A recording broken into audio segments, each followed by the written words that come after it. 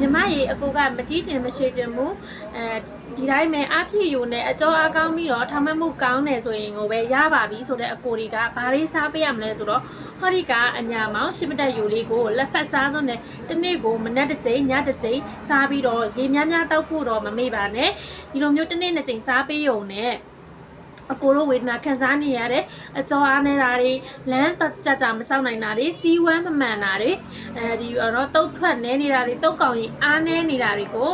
ဒီအညာမောင်ရှစ်မတက်ယူတစ်မျိုးတည်းနဲ့အဆင်ပြေပါတယ်ရှင်ကဲအားဖြည့်တက်စာအားဖြည့်ယူအနေနဲ့စားပေးလို့ရပါတယ်ဒါလေးကနေ့စဉ်မိဝဲပေးရမယ်ဆေးလေးမို့တကယ်ကို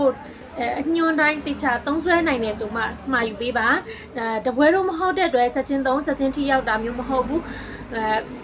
အသေးစိတ်ကိုသိချင်တယ်ဆိုလို့ရှိရင်ခင်ဗျားဖိုင်ဘာနံပါတ်ခွင့်ရှင်ကလေးရှိခွန်ကိုအသေးစိတ်မေးမြန်းဆွေးနွေးပြီးတော့တိုင်ပင်လို့ရပါတယ်ခင်ဗျားတော့မိတ်လာမျိုးရဲ့ပင်ရင်တိုက်ရဲ့အကြီးဆုံးကိုယ်စားလှယ်ကြီးပဲဖြစ်ပါတယ်ရှင်တခြားသိချင်တာလေးရှိရင်လည်းမှတ်ကဲပြီးလို့ရပါတယ်